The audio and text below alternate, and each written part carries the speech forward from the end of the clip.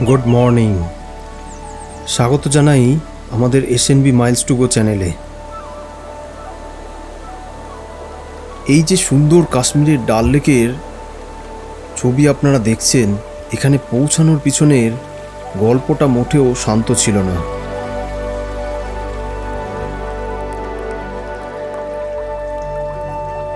অনেকেই লাদাখকে একটা গন্তব্য বলে মনে করেন, কিন্তু আমাদের কাছে লাদাখ কখনো গন্তব্য ছিল না। লাদাখ ছিল একটা অজুহাত। ভারতের সবচেয়ে সুন্দর কিছু রাস্তা, সবচেয়ে বিচিত্রময় কিছু প্রাকৃতিক দৃশ্য, আর কিছু ভয়ঙ্কর রোড জার্নি, এই সব কিছুই কাছ থেকে দেখার অজুহাত। সেটাও নিজে ড্রাইভ করার একটা অদ্ভুত ইচ্ছা। কারণ নিজে ড্রাইভ করে যাওয়াটা আপনাকে পথের গল্পগুলো অনেক বেশি আপন করে নেয়। হ্যাঁ, তার জন্য কিছু চ্যালেঞ্জ তো নিতেই হবে।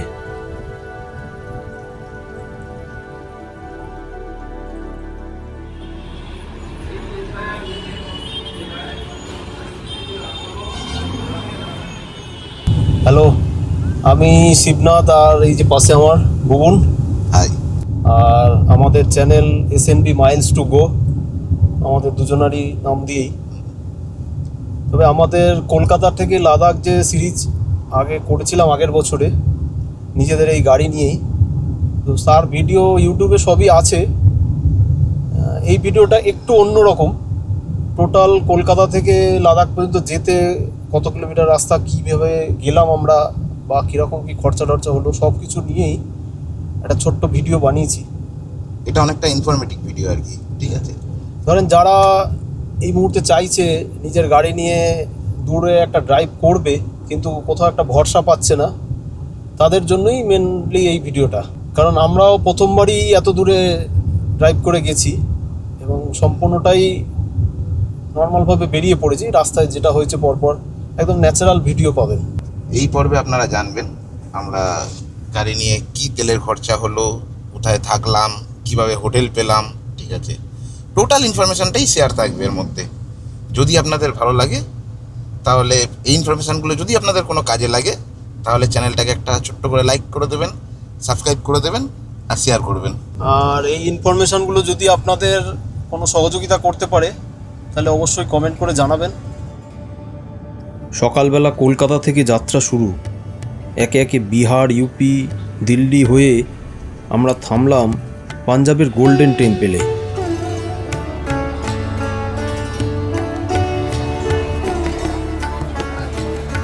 রাত অনেক, স্বর্ণ মন্দিরের মূল দর্শন শেষ হয়ে গেছে।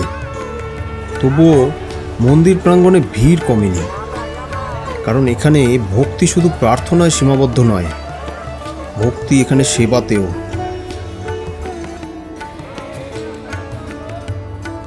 এটা দেখে ভালো লাগলো, কোনো নির্দেশ ছাড়াই সবাই নিজের মতন করে পরিষ্কার করার কাজ করছে।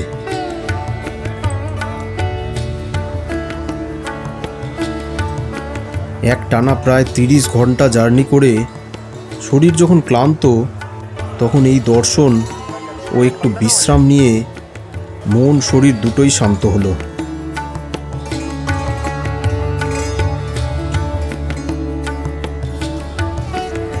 কাল থেকে সমতল শেষ, শুরু হবে পাহাড়ের রোড জার্নি।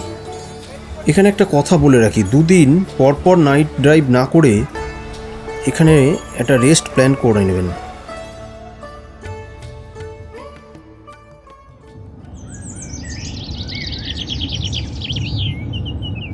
Good morning. সকাল সকাল আবার রওনা দিলাম। আর একটা ইনফরমেশন দিচ্ছি যে পাঞ্জাব ক্রস করার পর যখন আপনি জম্মু কাশ্মীরে এন্টার করবেন, ওই বর্ডার থেকেই আপনার কিন্তু সিম কাজ করা বন্ধ হয়ে যাবে। মানে আমাদের জম্মু কাশ্মীরের আদার্স নেটওয়ার্কের যে সিম আছে সেটা কাজ করা বন্ধ হয়ে যাবে। সেই ক্ষেত্রে আপনাকে আপনার সিমটি পোস্টপেড করে নিয়ে আসতে পারেন, অথবা ওখানে ঢুকে আপনি ডকুমেন্টস দিয়ে নতুন একটা সিম তুলে নিতে হবে আপনাকে। গুগল ম্যাপ বলছিল আমরা সময় মতো পৌঁছে যাব। নেক্সট গন্তব্য কাশ্মীর।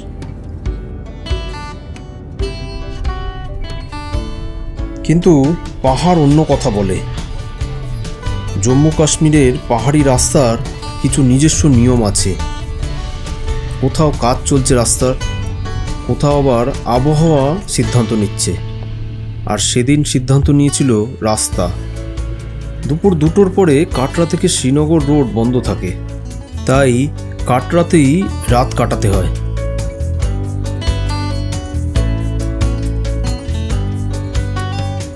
সৌভাগ্যবশত কাছেই একটি হোটেল পেয়ে যাওয়ায় বিশেষ কোনো অসুবিধাও হয়নি। এই যাত্রায় একটা জিনিস শিখলাম, লাদাখে যাওয়ার জন্য তাড়াহুড়ো করলে হবে না।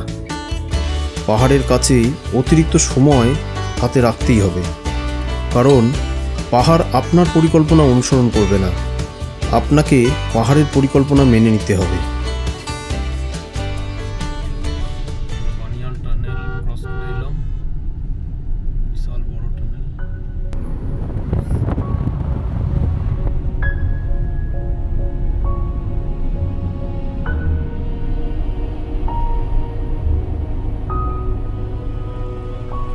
আজ চতুর্থ দিন।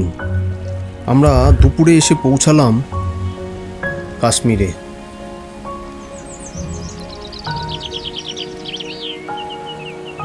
এখানে আমরা 2 দিন থাকবো। ঘুরে দেখব ডাল লেকের আশপাশের জীবন।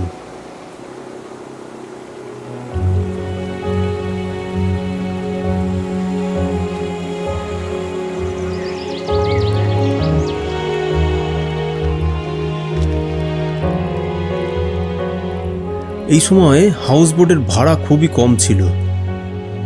পার নাইট এই হাউসবোটটা ডিনার ব্রেকফাস্ট সহ 3500 টাকা দুজনের জন্য পড়েছিল। খুবই কম বলা যায়। ডাল লেক অপূর্ব সুন্দর জায়গা। এরকম হাউসবোটে বসে দারুণ অনুভূতি হবে।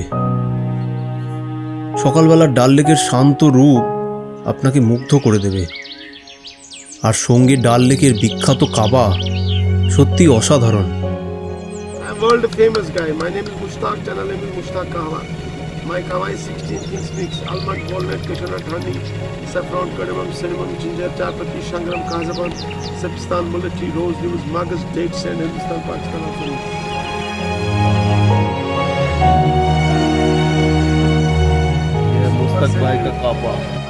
কাশ্মীর ভ্রমণের ফুল এপিসোড নিচে লিঙ্ক দেওয়া আছে, চাইলে দেখে নিতে পারেন। পৃথিবী যতই আধুনিক হচ্ছে, কিছু কিছু জায়গা ততই সময়কে ধরে রাখছে। কাশ্মীর তাদের মধ্যেই একটি।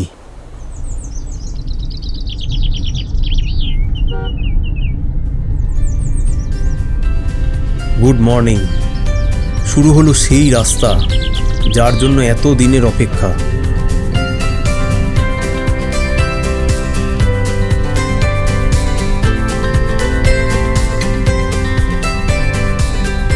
সোনমার্গ, জজিলা পাস, দ্রাস, কার্গিল, লাদাখ ম্যাপেই নাম পড়তে কয়েক সেকেন্ড লাগে,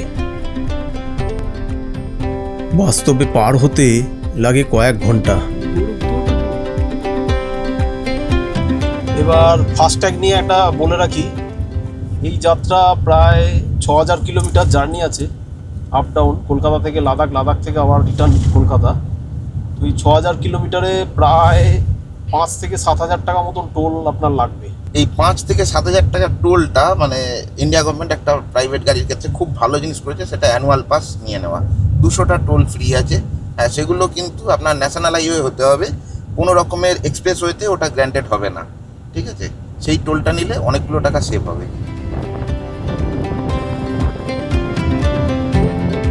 আস্তে আস্তে সবুজ পাহাড় ধীরে ধীরে বাদামি হয়ে যাচ্ছে।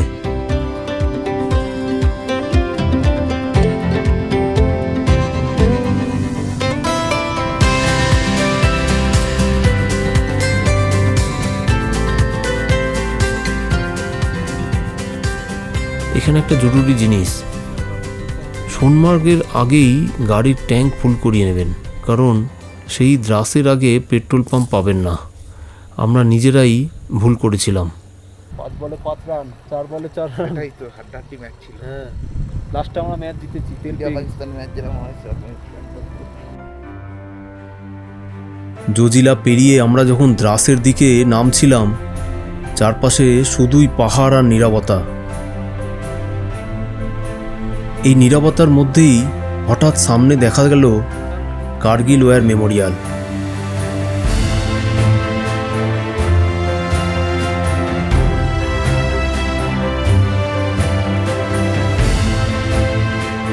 অনেকেই এখানে ছবি তোলেন, আমরাও তুলছিলাম, কিন্তু ভিতরে প্রবেশ করে বুঝলাম এটা আসলে কোনো পর্যটন কেন্দ্র নয়, এটা একটা স্মৃতি। 1999 সালের এই পাহাড়গুলোর দিকেই তাকিয়েছিল গোটা দেশ। আজ যে রাস্তা দিয়ে আমরা নিশ্চিন্তে লাদাখের দিকে যাচ্ছি, একসময় সেই রাস্তার নিরাপত্তার জন্যই অনেক তরুণ সৈনিক নিজেদের জীবন উৎসর্গ করেছিলেন।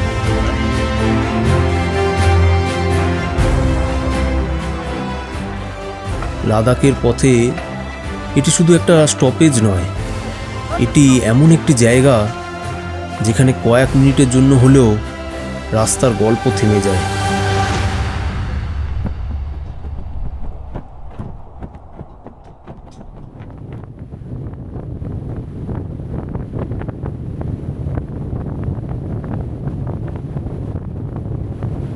আমরা কাশ্মীর থেকে বেরিয়ে ভেবেছিলাম আজকে কার্গিলে গিয়ে স্টে করবো আর কি, কিন্তু কার্গিলের জনবসতিপূর্ণ এত এলাকা দেখে আর এত ব্যস্ত জায়গা দেখে আমরা মনটা ভালো লাগলো না। সিদ্ধান্ত নিলাম ওই জন্য আগেই যাবো। যাবো। কিন্তু এবার রাস্তার প্রতি সম্মানটা যেন একটু বেশিই ছিল।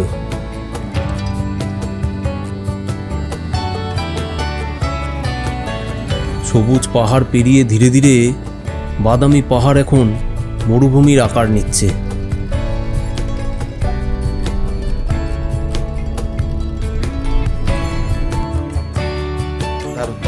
একটা সময় মনে হবে আপনি পৃথিবীতে নেই। হ্যাঁ, লামায়ুরুতে দাঁড়িয়ে মনে হবে আপনি পৃথিবী ছাড়িয়ে অন্য কোনো গ্রহতে এসে পড়েছেন। সন্ধে নেমে আসছে, যদিও এখন 7টা বাজে, বাইরে আলো এখনো রয়েছে। আজ আমরা লামায়ুরুতে এই হোমস্টেতেই থাকব। আমরা কোনো হোটেল বা হোমস্টে বুক করে আসিনি, পুরোটাই গুগল থেকে সার্চ করে ফোন করে করে ঠিক করছি।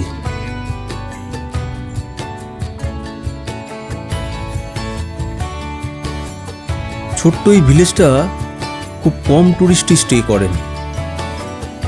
নিজের গাড়ি নিয়ে আসলে এগুলোই বিরাট অ্যাডভান্টেজ।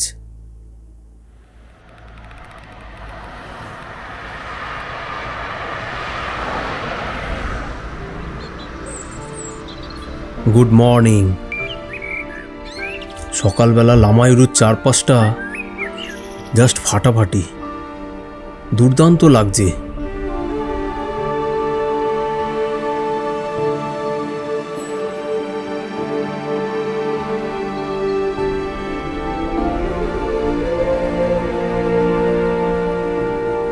এখানে একটা ছোট্ট মনেস্ট্রিও রয়েছে, সেটাও ঘুরে দেখতে পারেন, দারুণ লাগবে।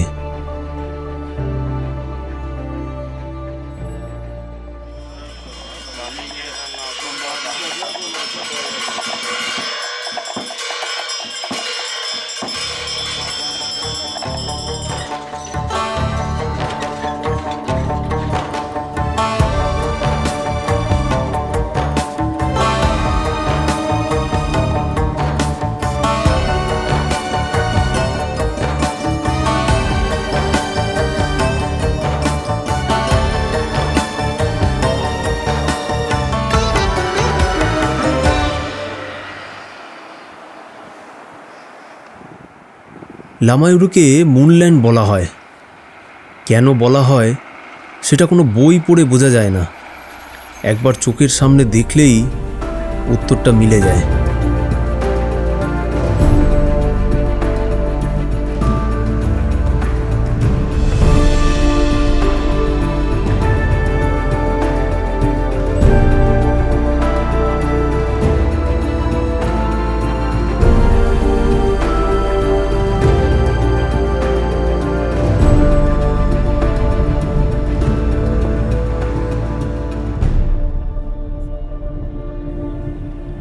লামায়ুর নীরব সকালকে পিছনে ফেলে আমরা এগিয়ে চললাম লেহের দিকে।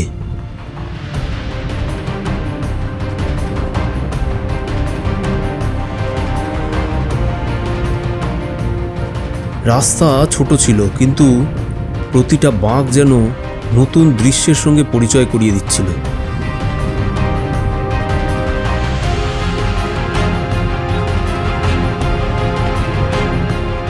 আমাদের যাত্রার পরিকল্পনা ছিল, কিন্তু রাতের ঠিকানা নয়, কারণ লাদাখে যেখানে মানুষ আছে সেখানেই প্রায় কোনো না কোনো হোমস্টে আছে।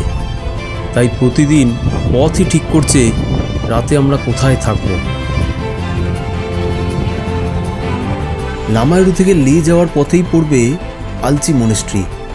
প্রায় 1000 বছরের পুরনো এই বৌদ্ধ মঠটি লাদাখের অন্যতম প্রাচীন মনেস্ট্রিগুলোর একটি।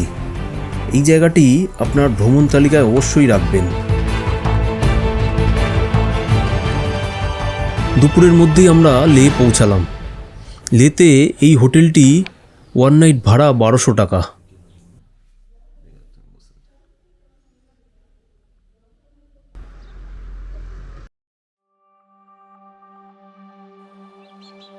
Good morning. ব্রেকফাস্ট করেই আমরা বেরিয়ে পড়ব এখনই। লেতে একদিন বিশ্রাম নেওয়ার পর আমরা রওনা দিলাম নুব্রা ভ্যালির দিকে।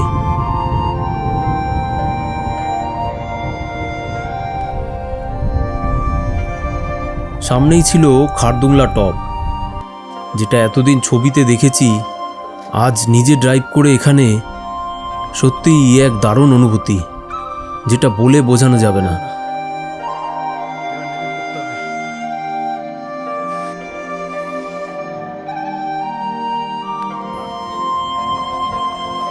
মুহূর্তের মধ্যেই ওয়েদার পুরো চেঞ্জ।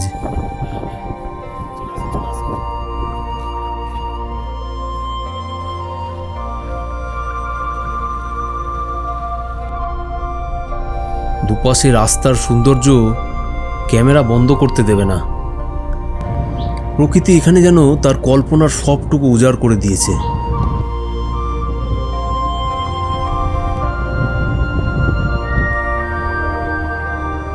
নুব্রা ভ্যালির পথেই পড়বে ডিস্কিট মনেস্ট্রি।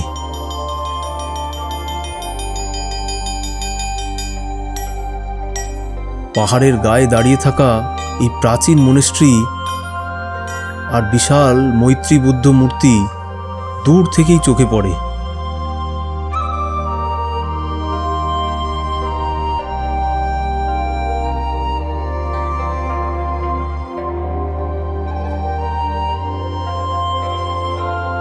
আমরা কিছুক্ষণ থেমেছিলাম, তারপর আবার রওনা দিলাম।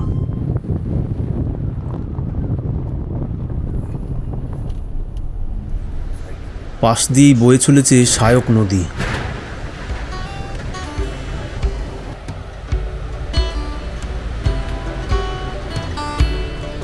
আবার পরিকল্পনা একটু চেঞ্জ। ভেবেছিলাম হুন্ডারে থাকব, আবার আগাবার সিদ্ধান্ত নিলাম।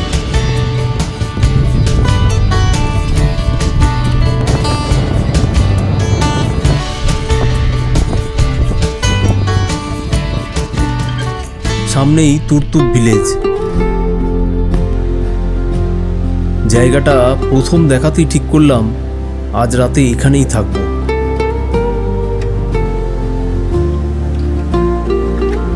হোমস্টে এখানে খুবই সস্তা, আমাদের মাত্র 800 টাকা পড়েছিল এই আমাদের হোমস্টে। তবে যারা একটু ভালো ফেসিলিটি চান তাদের এখানে ভালো লাগবে না, কারণ এখানে নর্মাল হোমস্টেতে কোনো আধুনিক ফেসিলিটি নেই।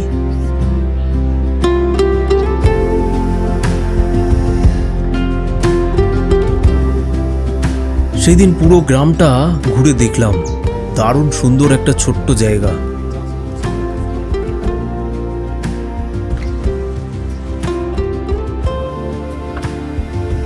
এখন এখানে অ্যাপ্রিকটের সময়। মার্চ এপ্রিলে আবার এই অ্যাপ্রিকটের ফুল দেখতে আসে অনেকেই। সেই সময়ের সৌন্দর্য অসাধারণ।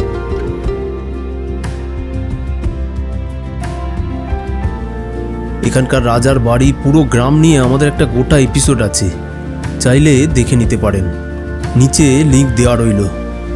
খুব সুন্দর একটা জায়গা এই তুর্তুক ভিলেজ। সকাল সকাল বেরিয়ে পড়লাম।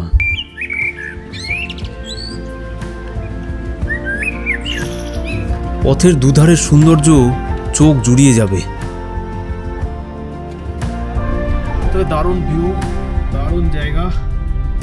তুর্তুক তো থাকার জন্য গ্রামের মধ্যে দারুণ আদর্শ জায়গা, যদি কেউ গ্রাম ভালোবাসে। তুর্তুকের পরে রাস্তা আরও নির্জন, দুদিকে পাহাড় আর মাঝখান দিয়ে সহায়ক নদী। ধীরে ধীরে আমরা এগিয়ে চললাম ভারতের শেষ গ্রামের দিকে, থাং। ভারতের শেষ বসতিগুলোর একটি। এখান থেকে সীমান্ত খুব দূরে নয়। ছোটবেলায় বইয়ের পাতায় যে সীমান্তের কথা পড়েছি, সেদিন প্রথমবার তাকে এত কাছ থেকে দেখার সুযোগ হলো।